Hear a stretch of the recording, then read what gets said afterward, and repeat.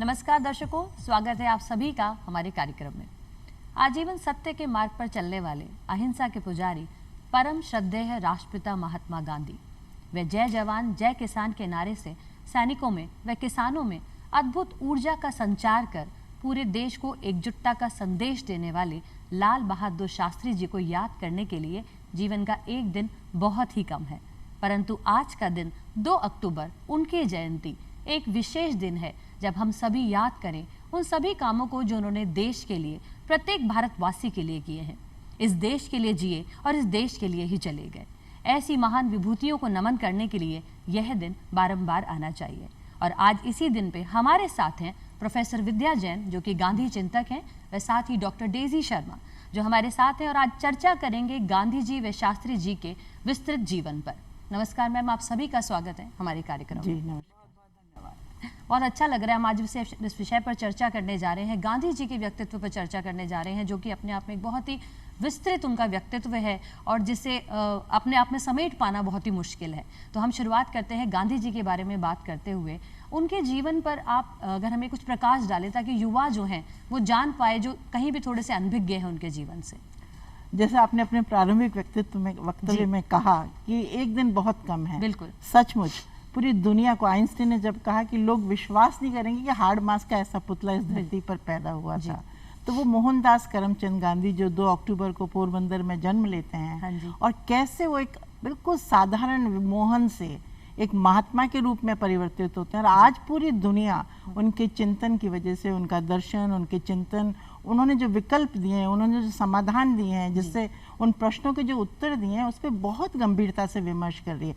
आपको और मुझे लग सकता है कि गांधी कहीं दूर है, पर पूरी दुनिया के बुद्धिजीवी गांधी के विकल्पों पर बहुत गंभीरता से विमर्श कर रहे हैं। खास तौर से जो विकास के 2 मॉडल्स हैं, पूंजीवादी और मार्क्सवादी मॉडल, उनके अवसान के बाद एक तीसरा विकल्प हमारे सामने है जो गांधी के विकास का मॉडल है, जो सस्टेनेबल डेवलपमेंट का मॉडल है, जो एप्रोप्रिएट टेक्नोलॉजी का मॉडल है, जिस मॉडल में धरती माँ की चिंता है, गरीब की चिंता है, दलित और स्त्री की चिंता है, पर्यावरणीय प्रश्नों की चिंता। और यही वजह है कि आज गांधी पर बहुत गंभीरता से विमर्श हो रहा है। आप जानना चाह रही थी कि कैसे ये मोहनदास, कैसे इतने सामान्य से दिखने वाला एक व्यक्ति कहाँ, मतलब मोहन से जैसे आपने बताया महात्मा बन गए। तो उन्होंने अपनी ऑटोबायोग्राफी, बहुत कम लोग ऑटोबायोग्राफी लिखते हैं, और अपनी आत्मकथा का नाम ही उन्होंने क्या रखा है, माई एक्सपेरिमेंट्स विद ट्रूथ। पुस्तक का शीर्षक इस बात को दर्शाता है कि वो व्यक्ति निरंतर रूप से सीख रहा था, प्रयोग कर रहा था, परिवर्तित हो रहा था।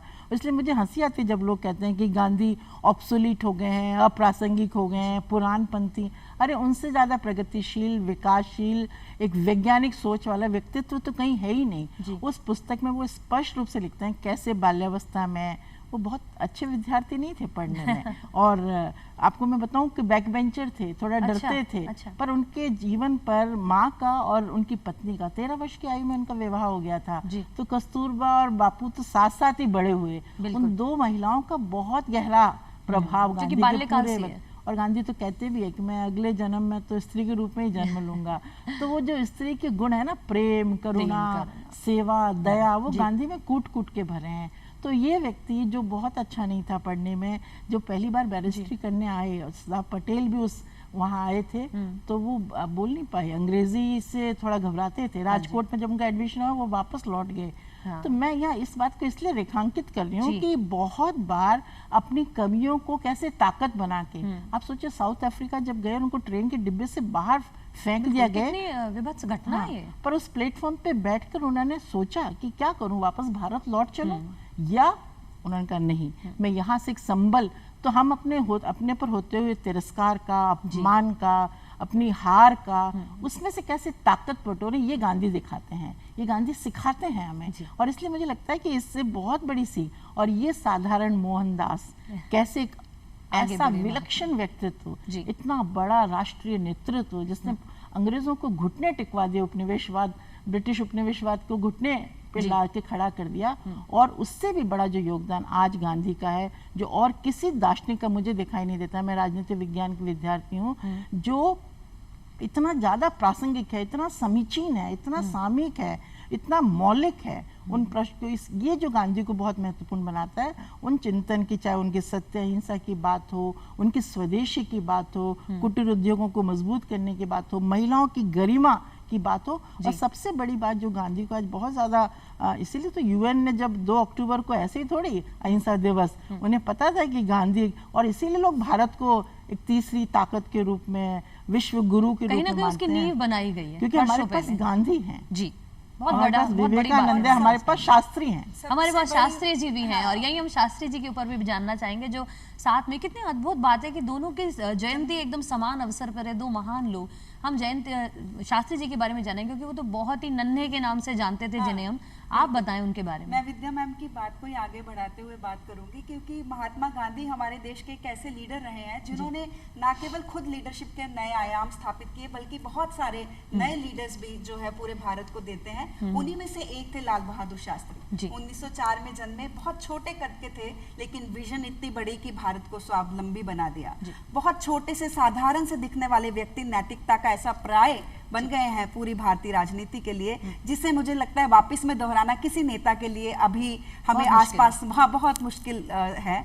वो महात्मा गांधी से सबसे ज्यादा प्रभावित थे, स्वामी विवेकानंद से बहुत ज्यादा प्रभावित थे, एनी बेसेंट से बहुत ज्यादा प्रभावित थे। जब महात्मा गांधी ने असहयोग आंदोलन के लिए कहा कि आप सभी छोड़ के देश के लिए आए, आगे आए, राष्ट्र के लिए आगे आए, तो उस समय जो लाल बहादुर शास्त्री जी हैं वो अपना कॉलेज छोड़ देते हैं और उसके बाद निरंतर वो देश सेवा में जुट जाते हैं। आप देखिए कि लाल बहादुर शास्त्री एक बहुत ही मध्य वर्गीय उच्च परिवार में पैदा हुए थे, लेकिन जब उनको लगता है कि मुझे अपने देश के लोगों के साथ जाना है, और महात्मा गांधी जी की कॉल पे वो हरिजन सेवा करते थे मुजफ्फरनगर में, तो उन्होंने अपने नाम के आगे से जो उनका सरनेम था श्रीवास्तव, उसको हटा दिया जनता से वो जुड़ पाए, ताकि वो जनता से जुड़ पाए कि हम सभी भारतीय हैं। अल्टीमेटली क्या फर्क पड़ता है कि हम सब भारतीय हैं और भारत के नागरिक के रूप में हमें अपना जो योगदान है वो देना। जातिवाद को मिटाने की एक पहली कोशिश भी रही। बिल्कुल बिल्कुल। और उन्होंने क्या करा, जो सर्वेंट्स ऑफ इंडियन सोसाइटी है उसके वो प्रेसिडेंट रहे, और उसके माध्यम से जो समाज के दबे कुचले लोग हैं उनको ऊपर उठाने का काम करा। तो बहुत छोटी शख्सियत के रूप में थे, लेकिन सबसे बड़ा उनका जो आता है वो स्वतंत्रता संग्राम के बाद जब भारत आजाद होता है, तो आजाद भारत में दूसरे जो प्रधानमंत्री के रूप में, और उससे पहले नेहरू जी के कैबिनेट में रेल मंत्री के रूप में या फिर कहीं गृह मंत्री के रूप में अपने बहुत सारे आयाम स्थापित किए। और विशेष रूप में नैतिकता के रूप में अगर हम देखें, आपको याद होगा एक घटना जो हम सभी अक्सर जानते हैं, सारे भारतवासी, कि वो भारत के रेल मंत्री थे और कहीं एक रेल दुर्घटना हो जाती है और उसकी जिम्मेदारी अपने ऊपर लेते हुए भारत का रेल मंत्री अपने पद से इस्तीफा दे देता है। आजकल ये सब देखने को कहाँ मिलता है विद्या मैम, और ये बिल्कुल सही रूप से मुझे लगता है गांधी जी की जो उनमें चेतना भरी थी उसी का साक्षात उदाहरण है। आपने कहा शास्त्री जी से प्रभावित थे, गांधी जी से एनी बेसेंट, गांधी जी किससे प्रभावित थे? नहीं, महात्मा गांधी के जीवन पे तो बहुत बहुत लोगों का प्रभाव था। जैसे मैंने कहा माता पिता का तो खास तौर से जैन धर्म का। एक्चुअली गांधी ने सारे धर्मों का अध्ययन किया है, चाहे वो गीता है, रामायण है, जैन धर्म है, टॉल्स्टॉय, रस्किन, थॉरो, उन्होंने इतना पढ़ा और वो अनवरत पढ़ते थे। जिस दिन उनकी एसेसिनेशन हुआ उस दिन भी वो बांग्ला भाषा पढ़ रहे थे, और आप और मैं तो देखिए कितना अध्ययन करते हैं। तो एटर्नल लर्नर थे, तो उन पे बहुत बड़ा प्रभाव। और फिर सबसे बड़ा प्रभाव तो उनका अपना जो उन्होंने यात्राएं की, साउथ अफ्रीका से लौट कर भारत में, उनका एड्रेस क्या था? महात्मा गांधी भारतीय रेल। वो रेलों से यात्राएं करते थे, जनता की नब्ज को समझना चाहते थे, उसको पकड़ना चाहते थे। उसी ने उनको करिश्मेटिक लीडर बनाया। तो तीनों स्तर पे गांधी एक व्यक्ति के रूप में आपको प्रभावित करते हैं, एक राष्ट्रीय नेतृत्व के रूप में प्रभावित करते हैं, और एक चिंतक के रूप में प्रभावित करते हैं। सत्याग्रह की तकनीक आज पूरी दुनिया में गांधी को लोग शुरुआत करी थी दक्षिण अफ्रीका से। जी हाँ, जी। और हम उनके बाल्यकाल से आप हमें दक्षिण अफ्रीका के बारे में बता रही थी, और मैं साथ ही साथ ये सोच रही थी दक्षिण अफ्रीका की बड़ा मुझे लगता है हमने उनको मोहन दिया, उन्होंने हमें महात्मा लौटाया। बिल्कुल ठीक है, वहाँ गांधी बड़ी गहरी है ये कि हमने उन्हें मोहन दिया, कितना उनके जीवन में गहरा प्रभाव पड़ा है, और कैसे उन्होंने उस दर्द को मुझे लगता है महसूस किया जो हर किसी व्यक्ति के बस की बात नहीं है। वहाँ जो रंग भेद उन्होंने देखा जी, उससे जुड़ना, और अपार्थीज के वहाँ उन्होंने पहली बार उस सत्याग्रह की तकनीक का सफलतापूर्वक प्रयोग किया।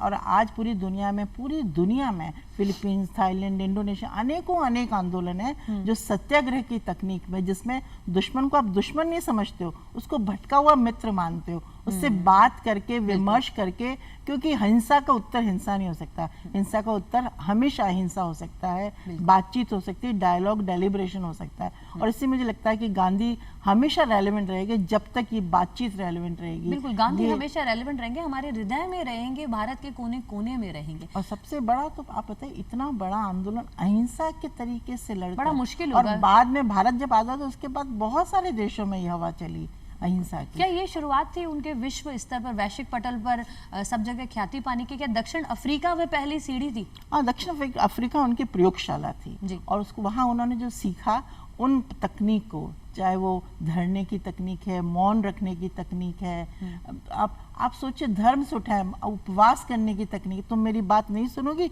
मैं उपवास पे चला जाऊंगा। तो ये जो तकनीक लड़ूंगा नहीं, मतलब मैं उपवास लड़ूंगा करूंगा। नहीं, और एक वक्त आएगा जब तुमको मेरी बात सुनने के लिए तैयार होना पड़ेगा।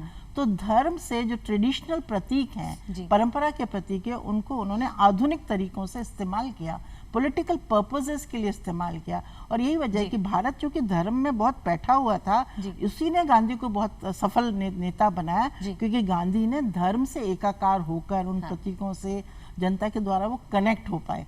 तो अहिंसा का एक पूरा आंदोलन और जो उनकी है, इन्हीं सभी तकनीकों से मुझे लगता है बहुत से लोग प्रभावित होकर स्वतंत्रता संग्राम में अपनी आहुति देने को देखो इसकी प्रेरित वजह हुए। जैसे ये हम भी शास्त्री जी की भी अगर हम बात करें तो कहाँ से वो एक घर से आए और बिना शायद पिता भी उनके नहीं थे, वहां से निकल के क्या बात ऐसी थी जो स्वतंत्रता संग्राम में आहुति देने के लिए एक वो तैयार हो गए? जो गांधी जी के आदर्श थे, स्वदेशी का हो, स्वराष्ट्र का हो, उन्होंने लाल बहादुर शास्त्री जी को बहुत प्रभावित किया। आप देखिए, प्रधानमंत्री के रूप में उनका कार्यकाल बहुत छोटा है, लेकिन जितना उस समय जितनी विकट परिस्थितियों से पूरा भारतवर्ष गुजर रहा था, हमारे पास खाने के लिए अनाज नहीं था, उस समय देश को अनाज में स्वावलंबी बनाने की वो बात करते हैं। लाल बहादुर शास्त्री जी ने हरित क्रांति को बहुत बल दिया, और उसने उसी समय नहीं बल्कि मैं कहूंगी आज भी भारत को अगर फूड प्रोडक्शन में हमें स्वावलंबी बनाया है तो हरित क्रांति का बहुत बड़ा योगदान है। और विजनरी इतने वो जानते थे कि सिर्फ एग्रीकल्चर को प्रमोट करना नहीं, उसके जो सब फील्ड हैं, जैसे कि उन्होंने श्वेत क्रांति का जो जनक है वो भी हम लाल बहादुर शास्त्री जी को कह सकते हैं, क्योंकि उन्हीं के दौरान, उन्हीं के कार्यकाल में आनंद फाउंडेशन थी, कोऑपरेटिव फाउंडेशन, जिससे अमूल मिल्क चलता है, वीमेन को बहुत सारा रोजगार मिला उसके माध्यम से। उन्होंने तो ये विजन कितना ब्रॉड रहा? हाँ, तो ये विजन उनका महात्मा गांधी से ही आया। जैसे मैडम ने बोला कि उपवास का गांधी जी के जीवन में बहुत महत्व था, तो मुझे लगता है वही उपवास का महत्व अपने लाल बहादुर शास्त्री जी के जीवन में भी बहुत था। मैम, आपको बिल्कुल याद होगा कि जब हम इंडिया उस समय फूड क्राइसिस से गुजर रहा था, तो लाल बहादुर शास्त्री जी पूरे देश को अपील करते हैं कि हमारा देश एक परिवार की तरह है, संकट से गुजर रहे हैं, उसका एक सोल्यूशन ये हो सकता है कि हम सभी एक वक्त का खाना छोड़ दे, ताकि वो खाना किसी नीडी पर्सन को, किसी जरूरतमंद को आ जाए। तो मुझे लगता है ये जो नैतिकता है, ये जो चरित्र है, ये गांधी ने दिया है, जो सभी लीडर्स के रूप में सक्षमता से दिखता है। बता रहे हैं, ये पर्यावरण का सिद्धांत है। आपको अपनी आवश्यकताओं में कटौती करनी पड़ेगी, मिनिमाइजेशन ऑफ नीड्स की बात गांधी करते हैं। आप जिस तरह वेस्ट कर रहे हैं पानी, नेचुरल रिसोर्सेज, और जो सीमित हैं, मतलब आप उनको पैदा नहीं कर सकते, उनका, उसके लिए जरूरी है कि आप अपनी आवश्यकताओं में कटौती करें, समझदारी से उसका खर्च करें। बहुत सारे उदाहरण है जिसमें गांधी 2 लोटे पानी से वो प्रातःकाल अपना दंत मंजन, एक बार वो पानी बह गया तो बड़े अनमने हो गए। नेहरू ने कहा क्या हुआ, आप इतने उदास क्यों हो गए? कहा नहीं, मेरा तुमने पानी बहा दिया बातों। तो पूरी साबरमती बह रही है और बह लीजिए। तो साबरमती सिर्फ मेरी नहीं, पूरे राष्ट्र की है। जब हम प्राकृतिक संसाधनों में को स्मार्टली यूज करने की बात करते हैं, तब पर्यावरणीय थॉट शुरू होता है। और आज गांधी सबसे ज्यादा प्रासंगिक शायद इसीलिए है कि पर्यावरणीय दोहन जो हम कर रहे हैं, धरती माँ को हम जितना परेशान कर रहे हैं, जितना उत्पीड़न कर रहे हैं, और उसका धरती माँ कह के बुलाते थे। और गांधी का एक फेमस कोट कि हम, धरती माँ सबके पेट को भर सकती है पर किसी भी एक व्यक्ति के लालच को पूरा नहीं कर सकती। और हम कितने लालची हो गए हैं धरती माँ को लेकर। तो बहुत सारे कहाँ गांधी फैले हुए हैं। दांडी मार्च करने के लिए क्या उनकी यही भावनाएं थी जिन्होंने अंदर एक कहीं एक आंदोलन सा जगह मास दांडी मार्च पे निकल गए? दांडी मार्च क्योंकि मास मोबिलाइजेशन करना चाहते थे, जनता को इकट्ठा करना। उनके आह्वान पे आप देखिए, स्त्री, पुरुष, मध्यम वर्ग, गरीब, अमीर, सब दौड़ दौड़ के आया। वो महिलाएं जो पर्दे में रहती थी, दूध पिलाते हुए बच्चों को गोदी में लेके, याद करो उस राष्ट्रीय आंदोलन को, समा को, रंग बिरंगी ओढ़नियां ओढ़े, बच्चों को दूध पिलाते हुए बच्चों को गोदी में लेके जब महिलाएं और मुझे लगता है गांधी ने जी सबसे ज्यादा विमेन एम्पावरमेंट का सबसे पहला संबल तो गांधी ने दिया हो। जब महिलाएं आई सड़कों पर, तो उसकी भी राष्ट्रीय आकांक्षा, राजनीतिक आकांक्षा जगी कि नहीं मुझे भी राजनीति में, मैं भी सरपंच बनूं, मैं भी विधायक बनूं, कहीं ना कहीं बीज बो दिया। और इसी बीज को आगे लाल बहादुर शास्त्री जी बढ़ाते हैं। बहुत कम लोग जानते हैं कि लाल बहादुर शास्त्री जी ट्रांसपोर्ट मिनिस्टर भी रहे हैं यूपी के, और वो सबसे पहले ऐसे ट्रांसपोर्ट मिनिस्टर रहे जिसने वीमेन कंडक्टर की भर्ती उस समय में 1950s में सोचिए, वीमेन एम्पावरमेंट की। हम आज वीमेन एम्पावरमेंट की बात करते हैं कि लड़कियों को उन जगहों पे जाए, जैसे पेट्रोल पंप्स की बात करते हैं, बसेस की बात करते हैं, तो उस समय महिलाओं को कंडक्टर की स्थापना करना। स्त्री अस्मिता के लिए तो गांधी की दृष्टि, आजकल पूरी दुनिया में लोग गांधीयन फेमिनिज्म, गांधीवादी नारीवाद की बात करते हैं, जहाँ स्त्री बनाम पुरुष कोई बात नहीं है। बिल्कुल, स्त्री की भूमिका एक माँ के रूप में, एक पुत्री के रूप में, बेटी के रूप में भी बहुत महत्वपूर्ण है, और सामाजिक सरोकार में भी उस स्त्री को जोड़ते हैं। तो कहते हैं गांधी, मैं यहाँ बताना चाहूंगी खास तौर से कि स्त्री काली और दुर्गा की तरह ताकतवर है और अपनी अस्मिता की रक्षा खुद कर सकती है। वो उदाहरण देते हैं द्रौपदी का। द्रौपदी जब कृष्ण का आह्वान करती है, जब चीरहरण होता है, तो कृष्ण कोई ईश्वर नहीं है, वो अंतर चेतना की आवाज है, आत्मबल है जो हर स्त्री में है। तो गांधी इतनी पावरफुल स्त्री का प्रिजम्पशन करते हैं। तो मुझे लगता है गांधी के पास दृष्टि है। हमारी सबसे समस्या ये कि गांधी को जीवन में उतारना पड़ता है। गांधी बात करने से नहीं मिलेंगे, किताबों में भी नहीं मिलेंगे, रिसर्च में नहीं मिलेंगे, आत्मसात करने। इतना सभी अगर उतार लो, मैं एक अच्छी शिक्षिका बनूं, ये गांधी है, तुम एक अच्छी विद्यार्थी बनो, ये गांधी है। मैं अपने, हम अधिकारों की बात करते हैं, गांधी कहते हैं कर्तव्यों की बात कौन करेगा। हिमालय की जो अधिकारों का जो हिमालय खड़ा कर देते हैं, उसमें कर्तव्यों की गंगा भी तो बहती है। तो अपने कर्तव्यों की बात कर, सफाई रखनी चाहिए, ये भी मुझे सिखाना पड़ेगा आंदोलन चलाकर। तो गांधी, सही बात है, ये तो एक छोटी छोटी सी बातें हैं, लेकिन उसको उन्होंने कितनी क्रांति से वो लेकर आए। एक बहुत बड़ा समझौता शास्त्री जी ने, आपको पता है, अपने जीवन काल में कराया, जिसे हर भारतीय याद करता है, और भारत के इतिहास में भी वो बहुत उसका योगदान है। उस पर थोड़ा प्रकाश डालें। गांधी जी के समय भारत पाकिस्तान का जो युद्ध, भारत चीन का युद्ध चल रहा था, उस युद्ध को रोकने के लिए जो ताशकंद का समझौता हुआ, जिसके बाद ये हुआ कि दोनों देश एक दूसरे के सीमा में काफी समय तक बिना किसी की आज्ञा के हस्तक्षेप नहीं करेंगे। मुझे लगता है बहुत लंबे समय तक उसने शांति बनाई रखी भारत में, एक चुपचाप से शांति। और वो बेसिकली हमारी संस्कृति का था कि आप हमें मत छेड़िए, हम आपको नहीं छेड़ेंगे, और शांति, जो विश्व की शांति है उसको बना के रखेंगे। उसके लिए सबसे बड़ा मुझे लगता है योगदान रहा। मैं मैम की बात को थोड़ा सा आगे बढ़ाना चाहूंगी, विद्या मैम की। जैसे उन्होंने कहा कि वो अपने ज्ञान को, अपना जो कहते थे गांधी जी, उसको अपने में आत्मसात करते थे। वही लाल बहादुर शास्त्री उसकी जीती जागती उदाहरण थे। मैम ने जैसे बोला कि आपको मेहनत कीजिए, देश से जुड़िए, समाज से जुड़िए, तो लाल बहादुर शास्त्री जब बहुत स्टूडेंट थे, विद्यार्थी थे, बहुत दूर उनका स्कूल होता था और बीच में एक नदी आती थी। वो इतने गरीब थे कि उनके पास पैसे नहीं थे कि वो नाव से जाके उस नदी को पार कर सकते, तो वो रोज तैर के नदी पार करते, लेकिन अपने कपड़े जो नाव में रख देते थे, उसको कहते थे कि जब तुम नाव उस छोर आओ तो मुझे मेरे कपड़े दे दो। तो इतनी लगन अपनी पढ़ाई के प्रति, जो भी काम करे बड़ी निष्ठा से करे, बड़ी दृढ़ता के साथ करे। ऐसा संदेश देने वाले नेता जो हैं हमारे साथ रहे हैं, हमें उन्हें जरूर से याद करना चाहिए। और मैं बहुत साधुवाद और बहुत धन्यवाद देती हूँ महात्मा गांधी का, क्योंकि ये उनके आदर्श थे जिन्होंने ऐसी पीढ़ियां तैयार की जो आने वाली पीढ़ियों के लिए भी बहुत आदर्श स्थापित हुए। उदाहरण जब सामने आपके लेजेंडरी एग्जांपल्स हो फॉलो करने के लिए, तो मुझे लगता है यूथ जो है ना, आइकन हमेशा ऐसे ही ढूंढते हैं, और गांधी जी एक बहुत बड़े आइकन बने थे उस वक्त, जो हर कोई उन्हें फॉलो करना चाहता था, उनकी ही बातों के आगे चलना चाहता था। हम सभी तो भारत में गांधी जी को बहुत प्यार करते हैं, सभी जानते हैं। विश्व पटल पर गांधी इतने प्रचलित क्यों हैं? मैं देखती हूँ विश्व में भी, वैश्विक स्तर पर भी गांधी के प्रति एक सामूहिक प्रेम है। ऐसा क्या विश्व को दिया है? हाँ, नहीं, उनके जो सार्वभौमिक सिद्धांत हैं, वही उनको सबसे ज्यादा इतना महत्वपूर्ण बनाते हैं। जो उनकी प्रासंगिकता जिस तरह बड़ी, बौद्धिक चर्चा विमर्श के रूप में गांधी को अपनाना एक उनका लगता है कि आपकी मजबूरी हो गई है। क्योंकि आपने देख लिया हिंसा करके, स्कूल बैग्स में बच्चे अगर पिस्तौल लेके चलेंगे तो वो पश्चिम का देश कितना आहत है। तब वो एक इस तरफ झांकता है कि गांधी क्या कह रहे हैं, गांधी के पास क्या समाधान है। तो जो आप पूछ रहे हैं कि विश्व भर में गांधी क्यों प्रासंगिक हो रहे हैं, क्यों सब आकर्षित हो रहे हैं, उसकी सबसे बड़ी वजह यह है कि गांधी के दिए गए जो उनके सिद्धांत है, चाहे वो सत्याग्रह का सिद्धांत है, अहिंसा का सिद्धांत है, अहिंसा और प्रेम को अपरिहार्य मानते हैं गांधी, है ना। तो ये गांधी का एक जो समन्वय का सिद्धांत है, गांधी के वन लाइनर जो मुझे बड़ा अच्छा लगता है, I am there for you are and you are there, मैं हूं तो तुम हो, तुम हो तो मैं हूँ। हम एक दूसरे पर निर्भर है। मैं आपके बिना कुछ नहीं, आप मेरे बिना कुछ नहीं है। और ये अंतर निर्भरता पशु पंछी नदी झील तालाब पहाड़ इंसान सबके बीच में है। अचानक व्यक्ति को लगता है, इंसान को लगता है कि वही सब कुछ है। तो एक तरफ इस अंतर निर्भरता की बात करते हैं और दूसरी तरफ व्यक्ति के पोटेंशियल में गांधी बहुत विश्वास करते हैं, व्यक्ति की क्षमता में। वहीं से शुरुआत और वहीं से समाप्ति। तो व्यक्ति को बहुत स्वाभिमानी, आत्मसम्मानी, एक बिल्कुल ऐसा व्यक्ति बनाना चाहते हैं, ताकतवर। तो सारे समाधान व्यक्ति में निहित करते हैं, जिसका सबसे पहले विश्वास खुद पर हो। तो व्यक्ति को नया व्यक्ति डिजाइन करते हैं, न्यू मैन न्यू वुमेन। एक युवा को, एक राजनेता को और इस नई राजनीति को गांधी जी से क्या खास सीखना चाहिए और शास्त्री जी से भी क्या खास सीखना चाहिए, बारी बारी आप दोनों से जानना काश ये राजनेता गांधी से सीखें।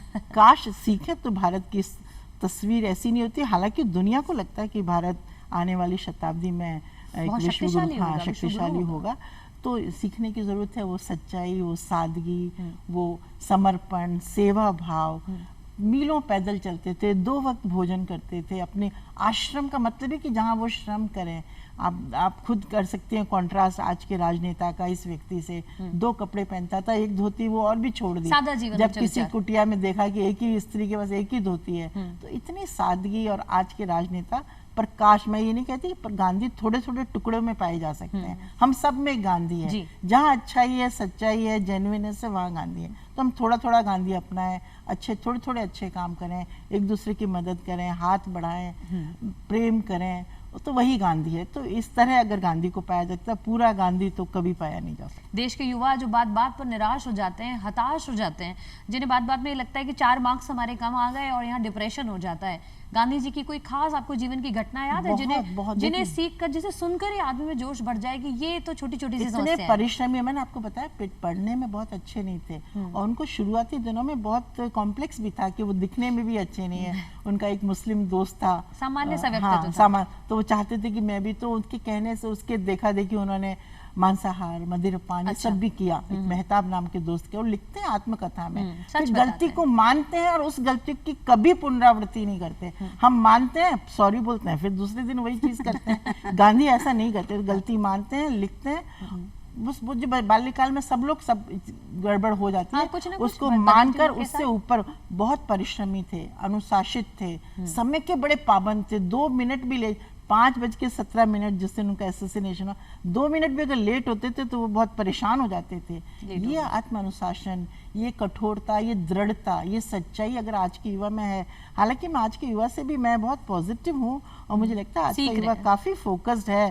थोड़ा सा पढ़ें इन महापुरुषों के बारे में और जानें, और ऐसे देश में और ऐसे समय काल में वो पैदा हुए हैं जब हमारा भविष्य, आप सोचो, अब गुलाम देश में 1947 से पहले पैदा होती और इतने आशावादी रहे, शान से हम बैठे हैं, बातचीत कर रहे हैं, तो ये गांधी की बदौलत है, साथ ही साथ ये शास्त्री की बदौलत है कि हम आज यहाँ। शास्त्री जी के व्यक्तित्व में कोई ऐसी 4 या ऐसी कोई खास विशेषता जो आपको लगता है युवा को सीख ही लेनी चाहिए? मुझे लगता है शास्त्री जी के जीवन से सबसे बड़ी जो बात है, उनको जो बाकी सभी लीडर से अलग करती है, वो है उनका ईमानदारी पे बल।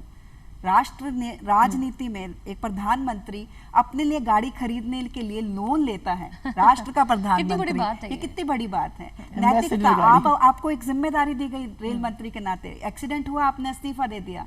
तो ये जो नैतिकता और ईमानदारी जो है वो मुझे लगता है यूथ को जरूर से उनसे सीखनी चाहिए। और जिस तरह से उन्होंने पूरे भारतवर्ष को अपना परिवार मानते हुए व्रत के लिए, एक दिन के भोजन छोड़ने के लिए जो आह्वान किया, ये भी अपने आप को भारत की यूथ के साथ कनेक्ट करता है कि आप सबको अपने साथ जोड़ के चले। अगर अकेले चलेंगे, अपनी कुछ डिक्टेशंस दे देंगे कि ऐसा करना चाहिए, नहीं, करके दिखाना।